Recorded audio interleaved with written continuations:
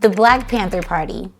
If you watched our last episode, you saw that we sat down with the Seattle chapter's co-founder and field marshal, Elmer Dixon, about the Panthers and their impact on the community in our hometown of Tacoma, Washington. Because we were put onto so much amazing history during that interview, we had no choice but to focus this episode on the history of the party and give you all the real truth about who the Panthers were and what their mission truly was.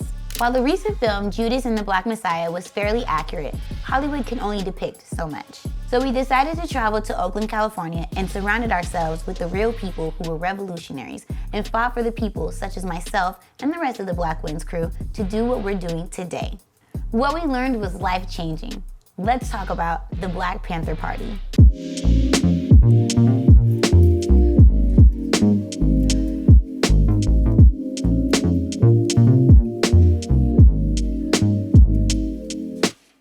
Everybody knows about the civil rights movement, but to understand how we got to that point in the 1960s, we gotta take it back to before that time.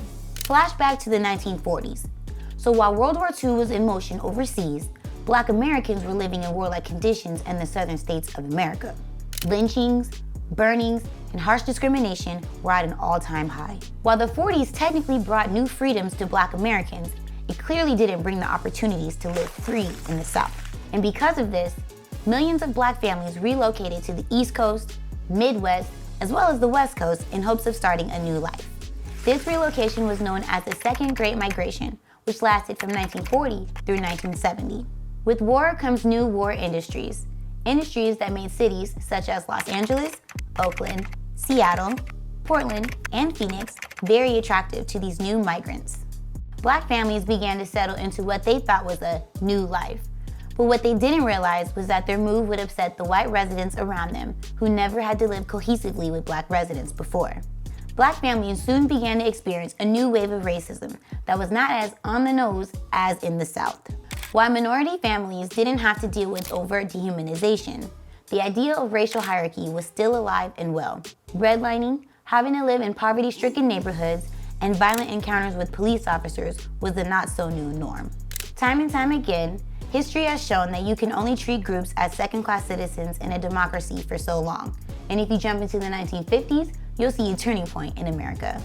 Leaders and activists such as Malcolm X, Stokely Carmichael, and Martin Luther King Jr. started to organize and speak out in the Black community, demanding for change and voicing equality for all. Most would call this moment the emergence of the Civil Rights Movement. Ultimately, these actions led to the passing of the Civil Rights Act, which was signed by then-President Lyndon B. Johnson in 1964. This act banned discrimination based on race, skin color, or creed, but it still wasn't enough to stop police from expressing extreme acts of racism and prejudice toward Black citizens. Police brutality was still prominent, and although Black people could legally enter public spaces, they still faced mistreatment from prejudiced people within the community. In layman's terms, 20 years after the Second Great Migration, people of color were still being served diet freedom. But like we just went over, second-class citizenship is not a sustainable model in a democracy. America was barreling toward another turning point. Enter the 1960s. The 60s brought a new generation of civil rights activism, but this time, the activists were the youth. These were the children of the parents who migrated to the West. From day one, they saw their parents struggling with racism, and as they got older, they began dealing with their own experiences of racism. As these children grew into young adults, they grew increasingly fed up with diet freedom, and were ready to start taking matters into their own hands. In these days, the struggle was real. In general, society was not on the side of the people of color, but amongst all of the brutality, the violence enacted by the police was the worst. Why? Because these were the ones who were supposed to be protecting them, but often were the ones doing the exact opposite, with immunity from the law, because the police were the law. So, by 1966, a year after Malcolm X's assassination and the destruction of the Watts riots, 2 Oakland students from Merritt College founded an organization dedicated to the protection of Black neighborhoods, which was primarily protection from the police. Together, a young Bobby Seale and Huey P. Newton formed the Black Panther Party for Self-Defense, which was later shortened to what we know now as the Black Panther Party. Seale served as the party's chairman while Newton served as the party's minister for self-defense. Some of the program's points included the power to determine the destiny of the Black community, full employment for Black people, housing support for low-income families as well as families living in the projects, adding the Black experience to educational systems, fair trials that include a jury of members from the Black community, and an immediate end to police brutality against Black people. At the beginning, the party's main focus was the police patrol, which meant making sure the police protected and served our community instead of terrorizing it. What did this look like? Well, imagine a young Black man gets pulled over. Prior to the party, if that officer had corrupt morals, that young Black man could end up getting brutalized, wrongfully arrested, or any other manner of injustice. With police patrol in motion, say that same young Black man gets pulled over. If a Panther was in the vicinity, they would pull up to the scene, legally armed, and observe the police interaction. A morally corrupt officer is far less likely to brutalize anybody if there are 4 armed Panthers ready to defend if someone's civil liberties were being infringed upon. I recall an incident where 2 young men, Black men, one was 9, one was 16, and he was riding, the 9-year-old was riding with his 16-year-old cousin. And they got pulled over on MLK, which was then Empire Way, which was just blocks away from the Panther office. And they pulled them out and threw them on the ground, and they told them that they were suspects in a robbery. And the woman came out on her porch. She started yelling at them, "You leave the Black boys alone, I'm gonna call the Black Panthers." And they paid her no mind, and so she went in and called. And they recalled the guy that was telling me the story, one of the kids who was on the ground, said that I came screeching around the corner within 5 minutes. And I jumped out with what must have been one of my lieutenants and got in the cop's face and demanded to know why they had them on the ground. He said he'd never seen anybody talk to police that way. And the cops admitted that they were not the suspects. We demanded that they put the car back together. They uncuffed the kids and got them up off the ground and put them in a car and let them go away. That was the 10-10-10 point program in action. The program was a moderate success, and word began to spread. As the word spread, the Panthers realized their abilities to directly affect their communities. The Panthers developed into over 60 survival programs, which were free to the public, that included the breakfast program, busing to prisons, sickle cell anemia research, medical clinics, and legal counsel.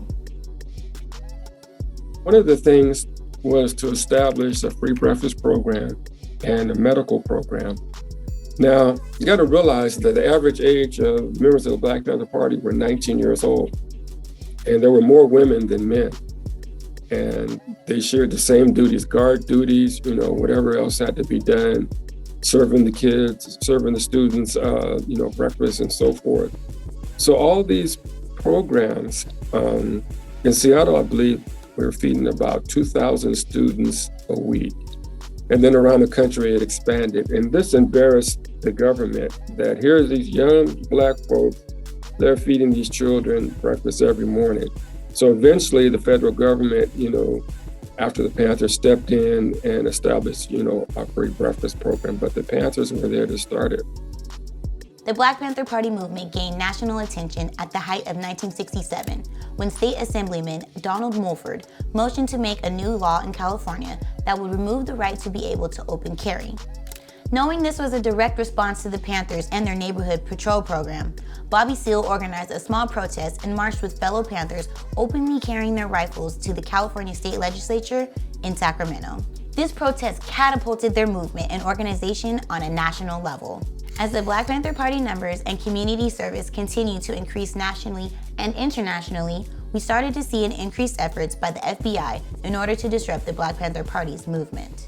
Using unethical tactics such as illegal phone taps, undercover double agents, and high levels of surveillance, the FBI worked with local law enforcement to completely destroy the Black Panther Party as a whole. During the 1970s, the party began to shift. Honestly, there aren't many organizations that could survive an assault from the FBI. And while efforts were made to keep the party together, 12 years later in 1982, the Black Panther Party came to an end. But the legacy lives on to this day. If you don't walk away from this video with anything else, remember this: the Black Panther Party proves the power of the youth. A few teenagers from Oakland, California organized a group that drastically changed America. They reinvigorated ideas around police accountability, and they held the first free lunch program ever. They ignited a pride in being Black that had never been seen before, and it all started before most of them were even 21 years old. The history of the Black Panther Party is deep. A lot happened in a little span of time, and like we always say, fitting it all into a 10 to 15 minute video is impossible. We make these videos to introduce you to moments of Black history with the hopes that you continue to do the research where we left off. If you want to learn more about the Black Panther Party and its lasting effects on America, we put a few links in the bio. And just like that, it's a wrap. We'll catch y'all next time.